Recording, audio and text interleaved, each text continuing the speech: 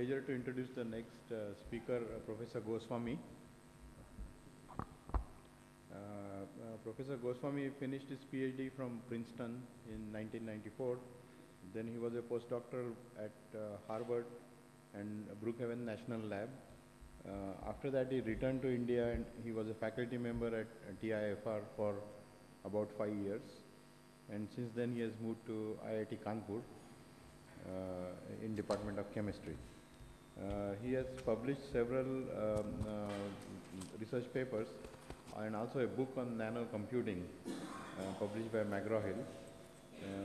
He's a Wellcome Trust Senior Research Fellow and he's also collaborating with Dayal Bagh Institute on this new program in quantum information.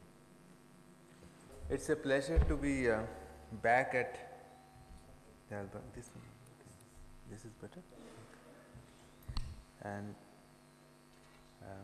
especially honored to be in the session which is being chaired by none other than my hero Narendra Karmarkar.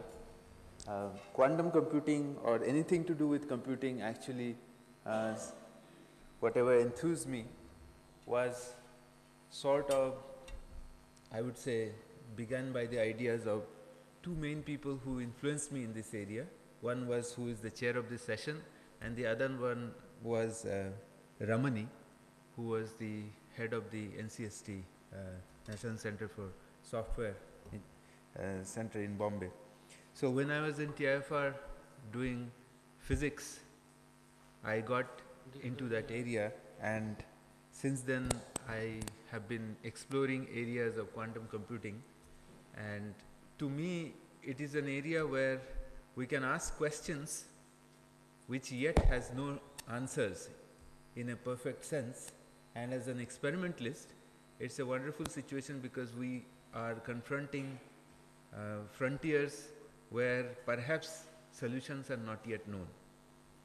And so I often get a good feeling that we are working on problems which hopefully has a solution. Some of the slides that I have put are mostly for the help of the students, which unfortunately I think today you are having some exams or something. So I think the students are not in a plenty number today, but nevertheless we will see how things go. And most of the work is possible mostly because of students. One of my main reasons for which I moved from TIFR to IIT Kanpur was the students, because for an experimentalist you need a large body of students who work with you, and if you don't have the large body of students, then it becomes very ineffective to come up and do any research. And TIFR, otherwise being a wonderful institution, one of the biggest problem it used to have is the number of students. Fortunately, with the new campus in Hyderabad coming up, I am hoping that the future generation of TIFR faculty members will not have the problem that I face. Also, space was a major concern.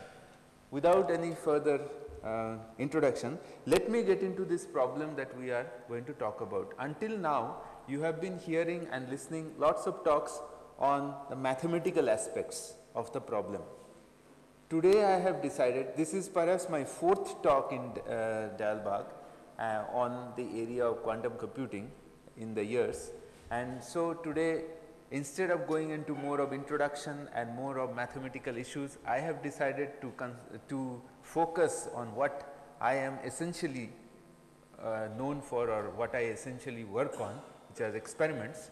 And so I begin with the concept which is the experimentalist realism, or the dilemma that we face when we confront the problem of quantum computing. So the first problem is, when we are in this area, we have to first look for appropriate and accessible quantum systems. That is the first issue that we have to worry. Secondly, whenever we get to that point, the very next thing which we have to really worry about is how to modulate the quantum system, not only temporarily, which is very important to be done within the coherence times, which is required for logic operations, but also spatially, and this is the part which I will explain to you today, as which is required for scaling quantum computer. And since spatial and temporal control both are required, we will be needing experimental handles or knobs, as we call it, to get into something which is known as spatiotemporal control. So unless you have this concept of spatiotemporal control, you will not be able to be in a position to scale up your concepts of mathematics that we are talking about, of the issues which work very well on mathematical grounds, on writing of matrices, into a realistic system. And in order to make a realistic system where you can scale, it is very important that we also have a spatial control, because it is very nice to make a quantum computer on a single molecule which will execute the logic gate for you, but unless you are able to tell that the next logic operation has to happen in the next and the passing on information has to happen, that becomes a major issue.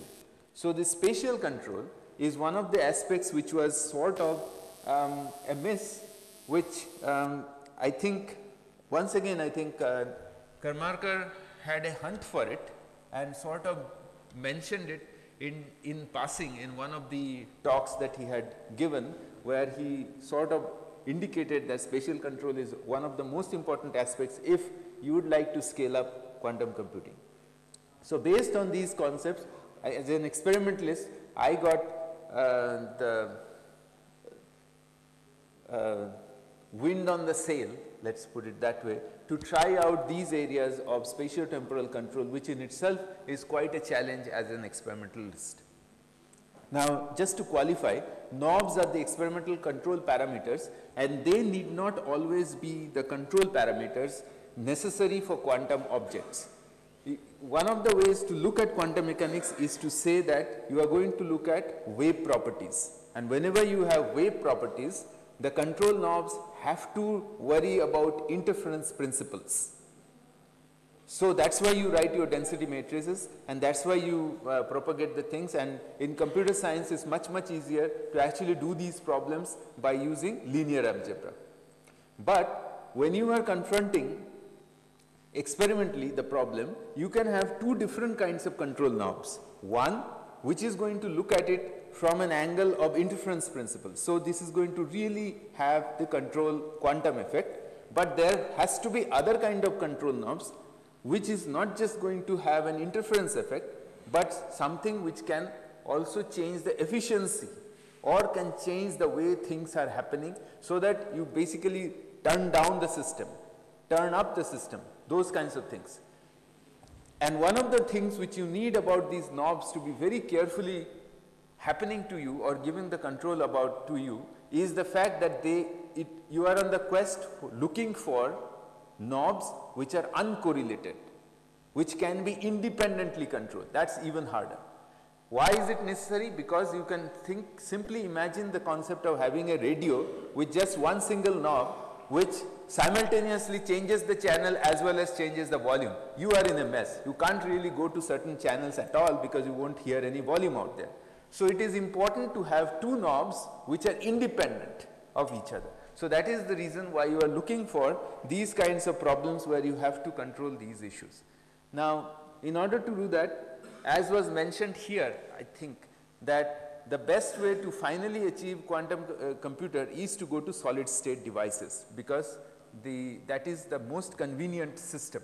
However, when you start off, if you look at it theoretically, the most convenient system is the system where the objects are maximally separated. So that's why gas phase is perhaps the best first system to try out experimentally to see certain aspects of the control that you are trying works out better. So experimentally we have first tried out problems in the gas phase. That's the first problem. We have eventually gone to liquids as well as solids, but we will start off the story with the principle of gas phase, and we are looking at a specific problem of fragmenting a system. Now in this case it is a big molecule. it's some kind of an alcohol, N-propyl alcohol I think it's called. Yeah, so I'm pretty bad with chemistry, although I belong to the chemistry department, but anyway, right now I do belong to a chemistry department. But anyway, whatever it is an alcohol where we are looking at the photofragmentation process of the problem. So light here acts as my trigger process, and we are going to see if we can control this process by using this.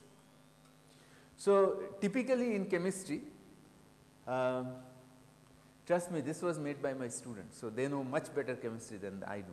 In chemistry, conventional methods of control are based on issues like temperature, pressure,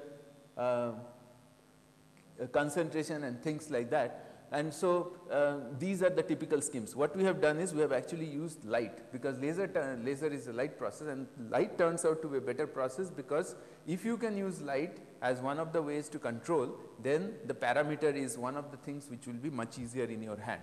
So there are different ways of using light to control your fragmentation. It can be simply as a matter of a hammer. So the intensity of the light can itself be one of the control parameters, but that is not a control at the level of the quantum level.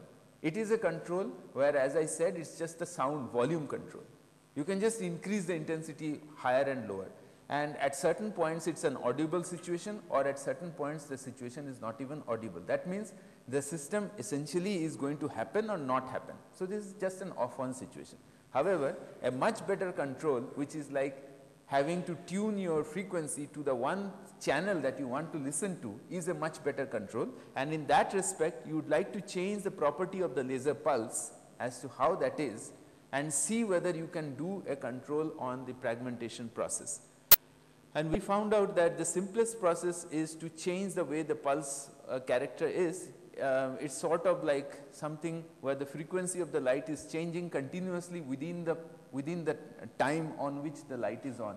Now let me just give you an example, give you a point also, that these laser pulses that we are talking about are going to be at time scales where we have no problem of decoherence, in the sense that these have to be much faster than any vibrational time scale of the molecule, and so it has to be at time scales which are known as femtoseconds, which is 10 to the power minus 15, several 10 to the power minus 15 orders, because that is the time scales in which the molecule, any molecular system will have a vibrational time period. So in order to get a generalized system where you are going to have pulses of light which can influence the procedure of the system, has to be in those time scales.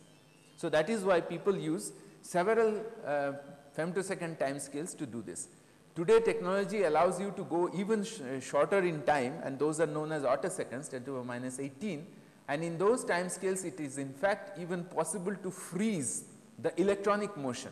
And these are also important, and these are important because those of you who have seen old chemistry textbooks and you remember a little bit of it, you might be remembering those pi orbitals, s orbitals, they show all these hazes going in. They were all just pictures or theories just like that. Today you can in fact take a pictogram of that. You can freeze frame the electrons and take a picture because you have reached those time scales, right? That is what it is. So in order to, so the time scales are very important. That's why in these time scales where I want to basically do the fragmentation process in such a way so that it is much faster than any coherent other processes coming into the picture, it has to be in the time scales which are in femtoseconds. So we take those time scales and we change the property of the light within that time scale. So we can, again, we cannot do this in real time because there are no modulations, no modulators possible in those time scales. So we have to go into a Fourier domain, and we do this in the Fourier domain. Light is very nice in that way. You can use Fourier optics, and all of us know that we almost in everyday phenomena we are often using Fourier optics when you are using glasses to see me. Glasses are fantastic Fourier plane objects. You can use simple glasses to convert, I mean lenses, which are your glasses that you are using. These are perfect ways of looking at Fourier transforms. So physical Fourier transforms are very simple to do. So by using physical Fourier transforms, you can get into a way how to do your change the property of the light and do it that way. As we go along, I do not know if anybody has discussed Shor's algorithm here or not. Those of you who have seen it, you would also know that it is actually the quantum Fourier transform principle, which is used in Shor's algorithm. And so, if you look at it, the concept of using light has its advantages. We will get into those details later. But the principle here is that we basically can change the way the light frequency is, and once we do that, we are able to specifically, these are quantifications of how you define how much it is going to change and all that. These are experimental details, but what we find is that we can control the way these fragmentation processes occur, and the fragments which come out can be experimentally measured. Okay. Although it might sound so simple and easy, the system which is used is quite complicated. This is a molecular beam chamber where the experiment is done in one of the chambers like this. This is a stainless steel chamber, and the way you make these chambers have all these molecules come in a specific particular way is to use huge pumps, so that you reduce, you essentially remove everything else but these molecules that you want to inject. And in order to do those, today we use turbo pumps, which if you see would be, these are basically the propellers that you see in your aeroplanes. Okay. These are the propellers, they would rotate so fast that they can take out all the air, suck out all the air, and you can go down to 10 to the power minus 8 atmospheres of pressure. Under that condition, you can just inject molecules from one of the ends, and you can select a few of those molecules in such a way so that they are under laminar conditions. So, under those laminar flow conditions, you will be having molecules coming with a very nice flow, and under those flow parameters you can go into definitions like Mach number and all those. We do not need to do that, but generally the basic idea is you are actually seeing molecules coming in very nicely ordered way. Under that condition, when you cross them with a laser, you can specifically pick out a single molecule and study that molecule's fragmentation process, and that is the reason why it is so easy or to explain the physical phenomena which happens as a result of that. And these are the results that you can see, that you will be having different kinds of fragmentations which come out based on the molecular system, and depending on how you change the property of the laser pulse, you can see them have different features. Okay. So, let me just go directly. So, this is the part which is interesting. You have, when you have no, the pulse is just like what you would expect a transform limited condition. That means there is, we have not played around with the property of the pulse. It has certain distribution, but when we change the property of the pulse, frequency going one way versus frequency going the other way, the distribution changes very specifically. So, this is how you get control over certain fragments. Now, these are the fragments, since they are having different masses, they will be isolated, separated by mass spectrometry. So, this is possible to do it at this level. Once we do this, we have one control parameter here. So, what I have established under these conditions is that experimentally I have one parameter here which actually controls how the fragmentation process is going to happen, and it changes the distribution of the ions. Now, the next parameter I want to look for is called polarization. Okay. Now, what is polarization? Again, polarization has been mentioned here. Now, we are talking about light polarization here. In this case, the light polarization is the direction in which our electric field is oscillating. If it is linearly oscillating, then it oscillates either vertically or horizontally. That is one of the ways. And if it is circularly polarized, then you will have these linear and the horizontal and the vertical coming right after each other in 90 degrees apart, so that it looks like a screw going in. Okay, that is the circularly polarized light. At any point of time, if you take a projection, it will look like a circle. You take any screw, you will see it like that. That's how the circularly polarization is going, either going forward or going backward. So that is the circularly polarized light and the linearly polarized light.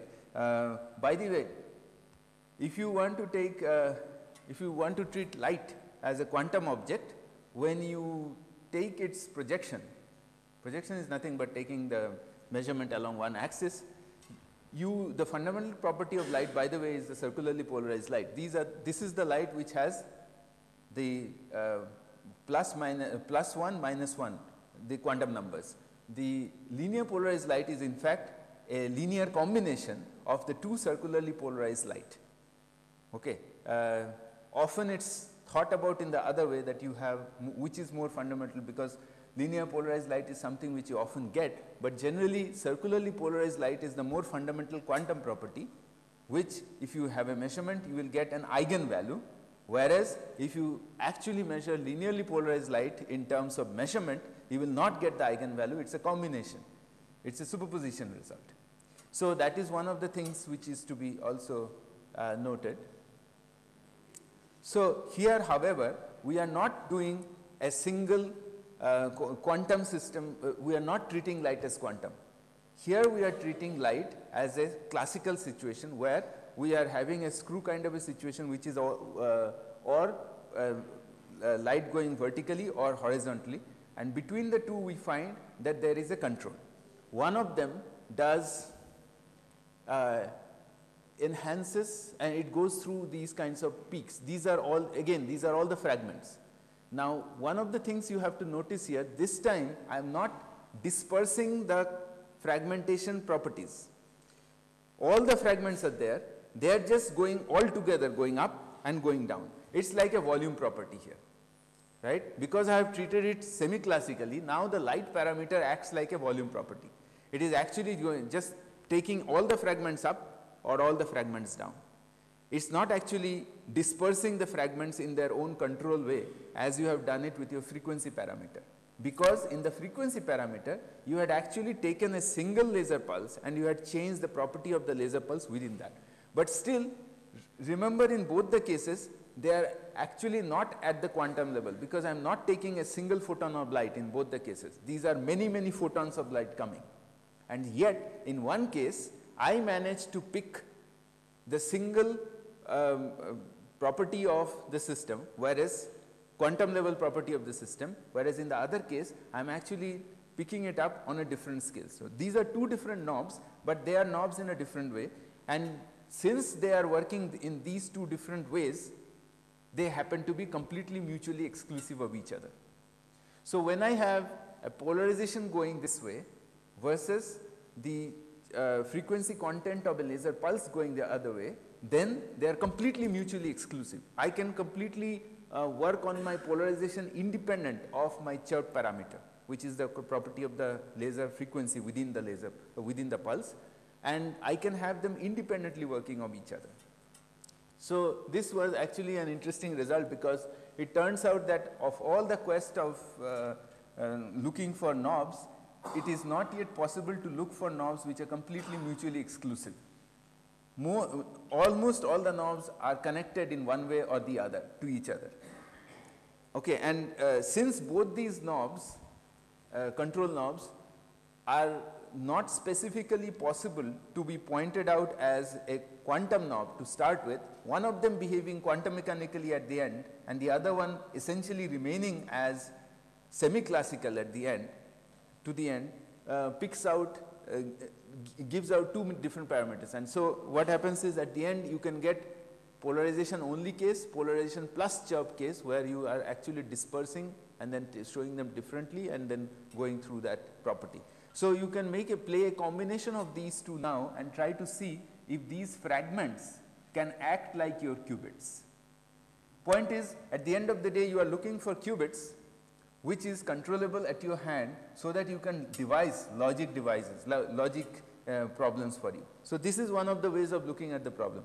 Now in gas phase, I already told you the advantage, that is that they are far enough away so that this is a wonderful model for single molecule systems, or in fact ion traps essentially work on this same idea, the ions are trapped in such a way so that they are far enough away so that you can have all these properties having of each other. The difficulty again of the ion traps is how do you manipulate them to come closer or to have them intermittently connect to each other, and that's why you could only get about 8 to 10 qubits possible in an ion trap, because within that field, which is magnetically coupled in that case, you can create a ripple which will make them couple only up to 8 or 9 qubits. If you want to go further than that, you can't do it because your field property doesn't allow you, and since they are physically separated, you have a problem. So this is one of the issues which you have to quantify, and that's why I told you in the beginning only that spatiotemporal control is one of the things which we need to have. So here we enter. So what is the, so this year we have not yet started. 2010 is the 50 years of lasers, and one of the forgotten persons in this laser field is now been finally recognized by the Optical Society of America also, is Ashkin, who had first developed the concept of optical tweezers. So the idea is, it's a very simple idea, and it actually doesn't involve anything very fancy. Even a optical light, I mean this pointer can be used in that case. All it relies on is a Gaussian profile of a laser beam, which due to its profile is going to apply photon flux enough such that it's going to hold the particle due to the field photon flux of the light. Turns out that the Gaussian profile is very, very important, because the profile of the Gaussian essentially provides exactly the gradient that is necessary to bring the particle or keep the particle moving away because of the Brownian motion. Otherwise, it's a Brownian. This was done in liquids, so it's a Brownian motion problem. So you have a Brownian motion of the particle in the liquid, which is now being controlled because of the photon flux of the light, which is the Gaussian light. Now, if you actually take a flat top, this we purposefully did in our lab, we took a flat top Gaussian and it did not trap, because here it's a drastic change and it's not able to produce a gradient which can actually trap the molecule, trap the particle. So we have physically verified the Gaussian profiles are essential. So in the very basic theory of these optical tweezers, there are two different domains. One is the domain where your particle is large and your field is oscillating very fast. This is when your diameter is much, much larger than your wavelength, and this is known as the Mie scattering region.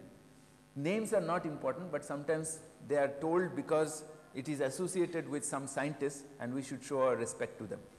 And the other part is the Rayleigh scattering region, where the diameter of the particle is smaller than the wavelength. The essential result is the same. You end up producing the same effect, that you can trap the molecule or the particle, but the mechanism into which how these work is different. And in practice, many of these cases are used where the diameter is actually close to the size of the, close to the wavelength. So this is roughly the way the picture is drawn, that there is this restoring force which is due to the light pressure which is created because of the propagation of the light. The Gaussian beam is therefore very, very essential, because as the light is moving into this, so this is a large enough particle, so as the light goes in, that's the bending of the light which is helping you to do these things.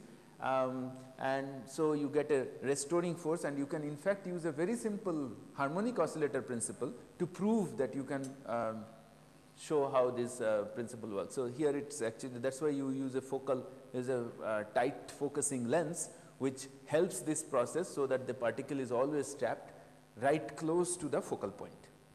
So that is what is being used to do that, and you get a stable trap. In the other case also, what you will find is that it's the polarizability rather than the bending of the light that was refractive index. So, but either way, the essential result is that you are able to hold the particle in the trap. Now, the equilibrium, okay, it does not matter, these are more details.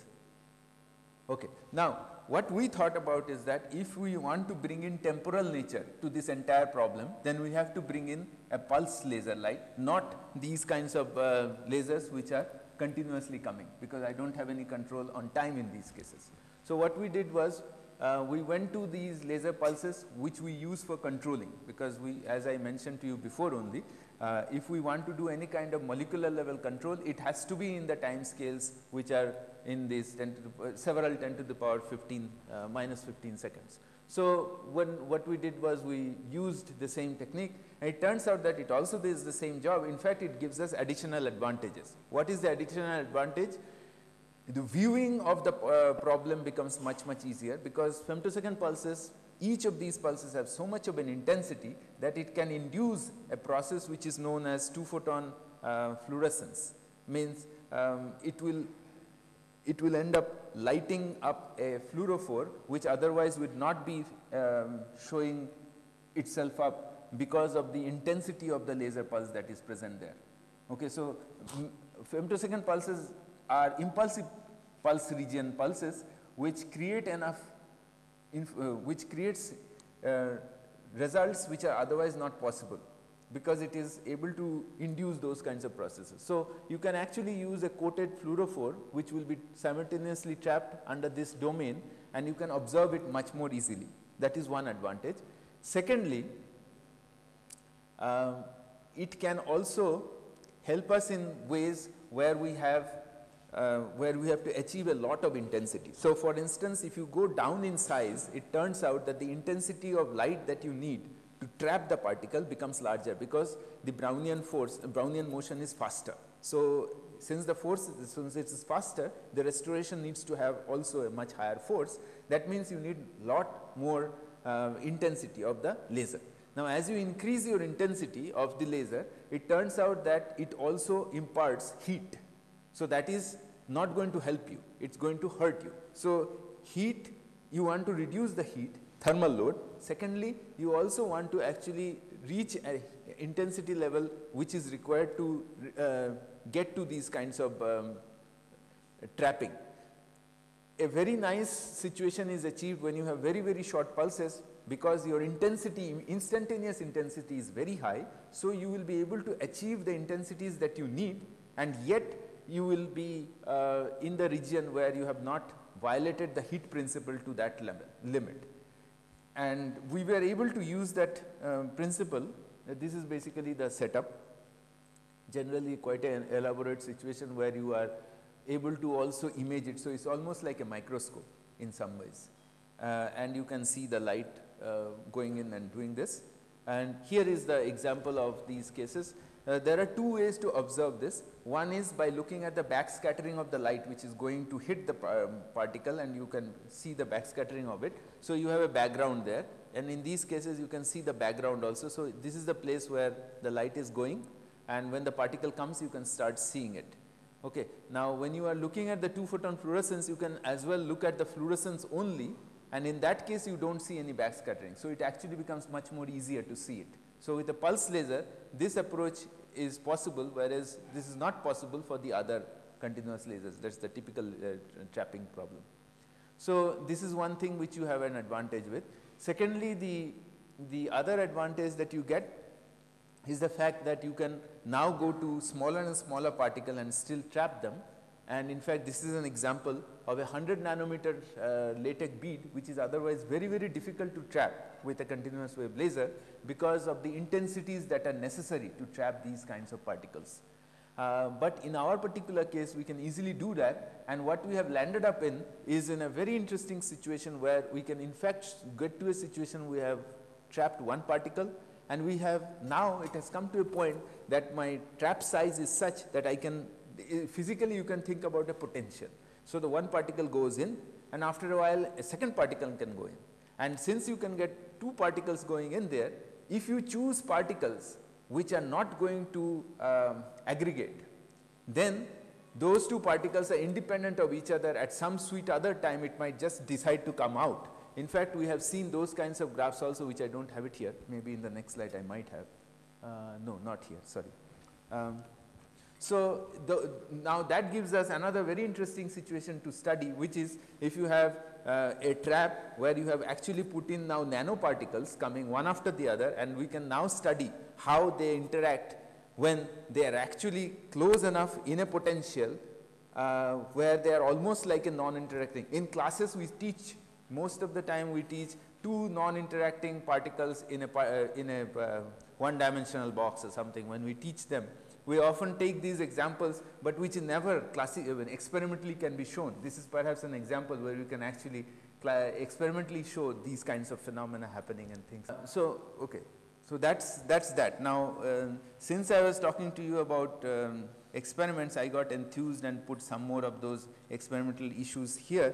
I don't know how much of it will be appreciated by you, but let me just, since I have taken you up to certain level of experimentation, I will give it a try to explain some other kinds of experiments.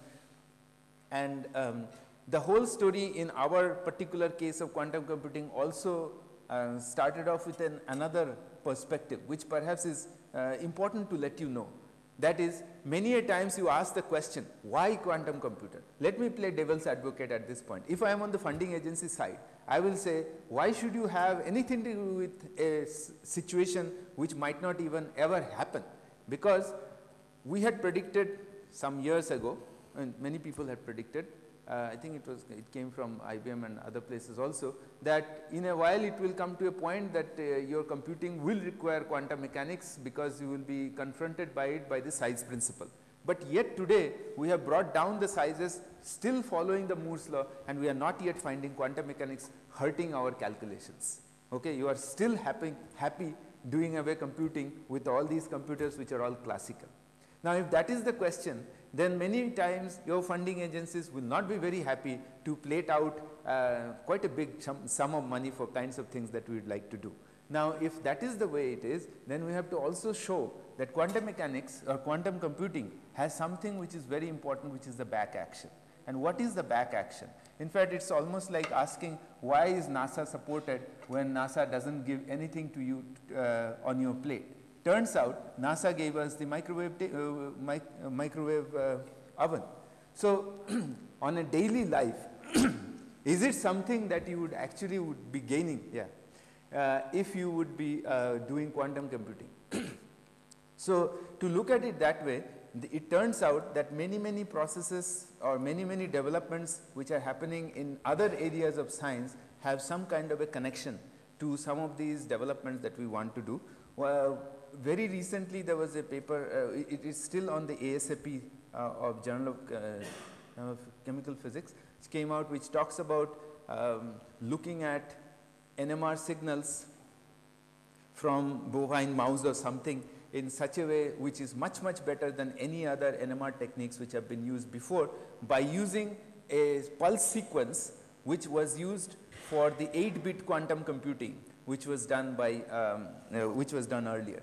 Now, this particular work essentially highlights how quantum computing can have a big impact on other areas of science. So, in that spirit, I thought I will bring you up to light on some of the other areas of experiments which we are doing, which really doesn't fit into the bill of saying quantum computing, but has some other implications.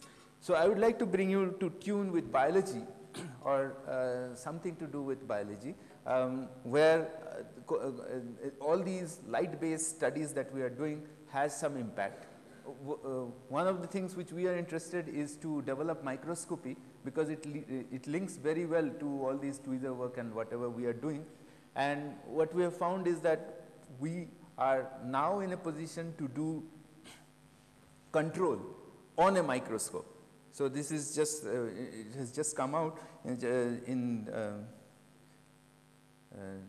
one of these JBO, Journal of Biomedical Optics, where we have shown that we can actually put 2 pulses of light through the sample and control how the image of this otherwise very packed up fluorophores would be, and how we can actually distinguish between different fluorophores which is otherwise not possible to be distinguished. So these kinds of work are possible because we are pursuing these kind of areas. So here is another cute little idea which I think was very interesting, which is that we have a continuous wave, a continuous confocal microscopy. What we do is we pick on, this is a commercial system, it's called confocal microscope. In the confocal microscope, what people do is that they pick the image from the focal point by using an optical iris. Basically, they are stopping all other fluorescence from off the focal points, and they are just collecting it from the focus by putting an iris. Now, when we use pulse lasers, because of the spatiotemporal Fourier relationship, it only lasts over a very short period in space also, and they are separated out. Okay, they are separated out because they are like, they have a repetition rate. So some, like, you know, 80 megahertz or so, whatever megahertz you have, 76 megahertz, they are separated out. They are separated over 13 microseconds. And 13 microseconds, if you look at it, is some meter, right? Now you have one pulse which is only a micron or so, and then some meters away you have another pulse. So you are not going to have any effect of that other pulse. You can just take an image because of this only single pulse, which is spatially only present for about a micron, and then you can happily see the other fellow. You don't need any apertures or any very fancy way of trying to cut out any other fluorescence which appears from non-focal plane areas. So this is one of the other things that we have actually developed, which we have shown that you can do the same kind of a confocal microscopy by using single photons. So these are kind of developments that we have done, and in fact this is actually this is real stuff. This is a false staining though, but this is some dye which is used to stain the eye of a Drosophila, which is essentially a fly, fruit fly, small fruit fly, and you can section it. You can actually see the different sections as you just delay the pulse which is coming. So you just snapshot the different points of the pulse coming, and you can take a snapshot of how you look at it across the eye, which is actually an important parameter in microscopy. This is the work that was talking about, that you can actually coherently control 2-photon fluorescence, and the challenge in microscopy is different compared to what I have been showing you until now by using by doing those photofragmentation and other problems, because here you have to, in imaging, one of the biggest problem is the signal is so low, and that you need several frames to be averaged to be able to make a picture which is of any particular significance. In fact, many a times when we are looking at each other, the scattering photons that are actually entering our eye is very, very low. The only reason we can see each other is because our brain chips are smart enough to be able to average so many shots at such a speed that we are able to see. And if you go back to the visionary principles and study about vision, you will understand that these timescales where the first triggering of the event happens within 6 femtoseconds. That was shown by one of these laser studies. And so that's one of the reasons to say why we are able to be so efficient in figuring out images and other things. So here also you need to actually frame average many shots to be able to see it. And so to do a coherent control or do these kinds of studies on this kind of a principle is very difficult, because you need to have pulses which will actually be able to give you these kinds of control. So here what we have done is we have actually produced double pulses. Instead of having one pulse, we have now produced 2 pulses which are controllably separable to each other. And by using that, we were able to show how the interference of these pulses gave rise to the different fluorophores being selectively looked at and imaged. And here is actually the picture. It came out pretty well. So some of these fluorophores were looking at as one way under certain delay between the 2 pulses, and as we delayed it further, then these certain fluorophores were visible on this side are now no longer visible. And so you can actually do a very nice study. This was, this has just now come Okay. There is another thing which we are also doing, which is kind of interesting. It also has again some relevance to the way we want to do it, is that it can be turned around into biology, but it can also have some consequences in these areas of computing. Many a time we know a discontinuity when we are there. Okay. And there has been a lot of work on this. These are known as one-way functions. The point is, if you are sitting at a discontinuity, in this particular case, we are actually showing an interface as a discontinuity, and in this interface we have chosen two different solvents. One is immiscible with the other, and one of them has the dye and the other one doesn't have the dye, although it can be the other way around, but the dye is miscible in both the cases. So the point is, when you do traditional spectroscopy, in fact, one of the best ways of measuring this and doing this is known as second harmonic generation. What you do is you focus the light in here, and if the light is intense enough, because it's a discontinuity, it actually you can show that the third order nonlinearity doesn't vanish, and you can actually collect light which shows that this is the discontinuity. But that is possible only when you are there. How will you know that you have a discontinuity coming up when you are not really there? This is the question that we addressed, and it turned out that when we were doing, when we were putting in one laser pulse and then looking at it with another laser pulse, the time scales that we measured changed as we approach the interface. And this is one of the very first instances which shows that you can probe an interface from a remote point.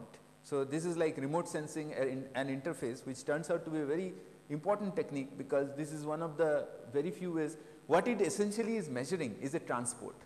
Because in these cases what's happening is, these are the dyes that we had used.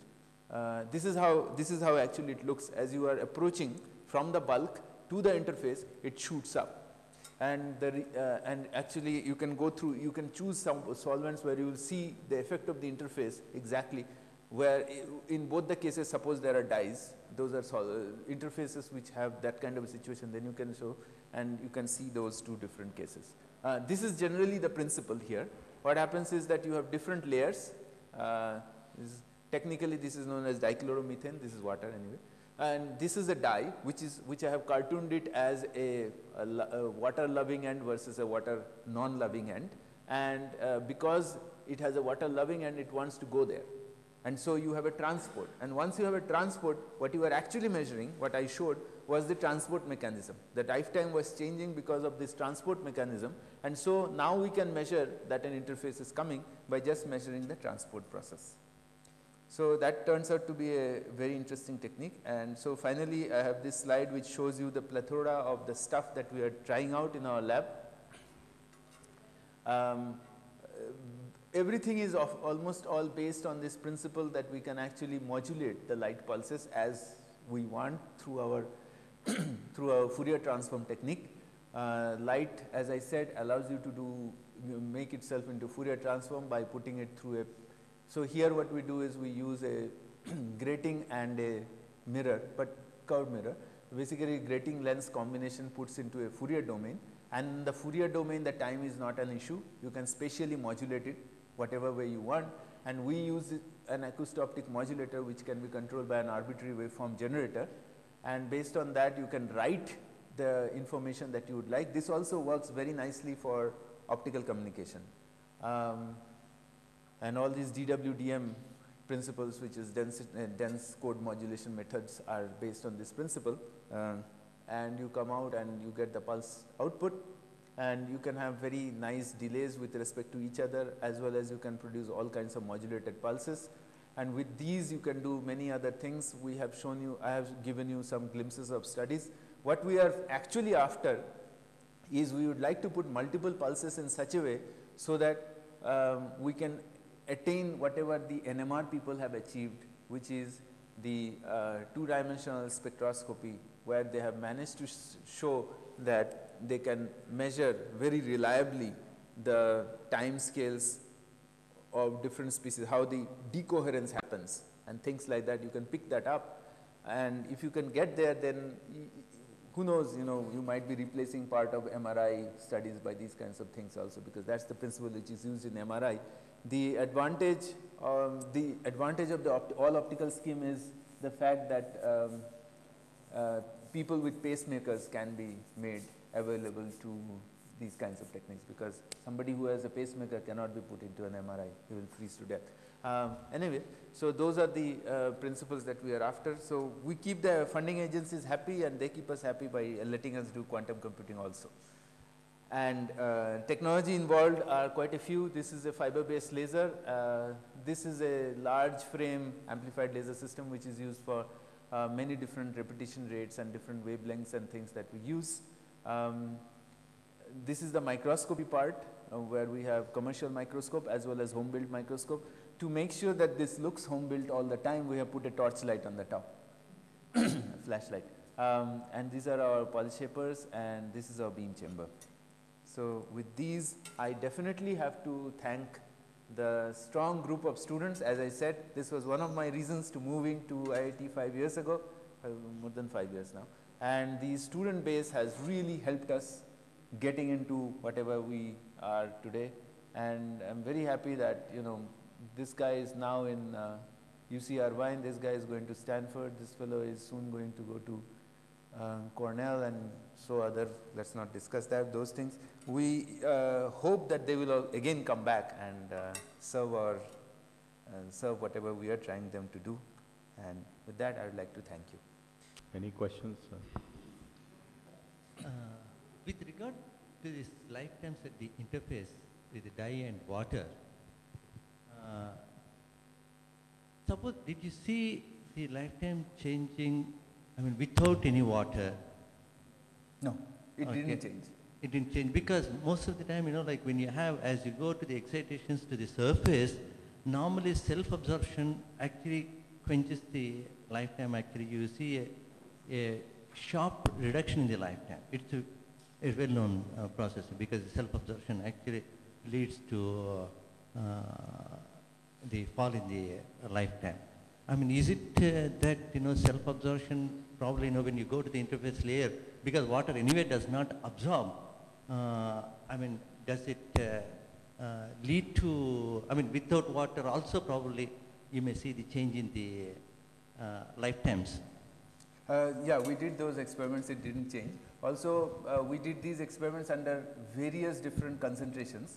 And so, at the lowest possible concentrations also these results are well preserved. That was actually one of the questions we had to answer. Yeah. You mentioned that you also have been able to do two molecules talking to each other in different kinds of experiments. I mean, a single gas phase you showed. Also, as you mentioned, you have done something on more than one.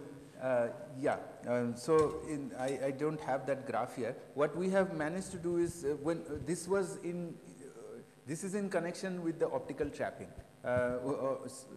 optical tweezers. One of the problems which we always had when we went down in size is that this was a major problem which he was also mentioning, is that there is a lot of aggregation. So we had to go to a point where we could in fact play around with the buffer conditions and everything in such a way so these particles in fact were repelling each other. And under that condition, it's very interesting, because if you can make them repel each other, then you will be in a condition where you can see a single particle very easily. Once it is trapped, now it's the interesting part is the trapping might be strong enough, it's a local perturbation to a point to strong enough that it can now attract, even though it was otherwise getting repelled, now we can attract the second particle and come in. But they are repelling particles. I mean, naturally they don't want to stick together. Okay, so what happens is after a while it will come out, and you can see these as steps.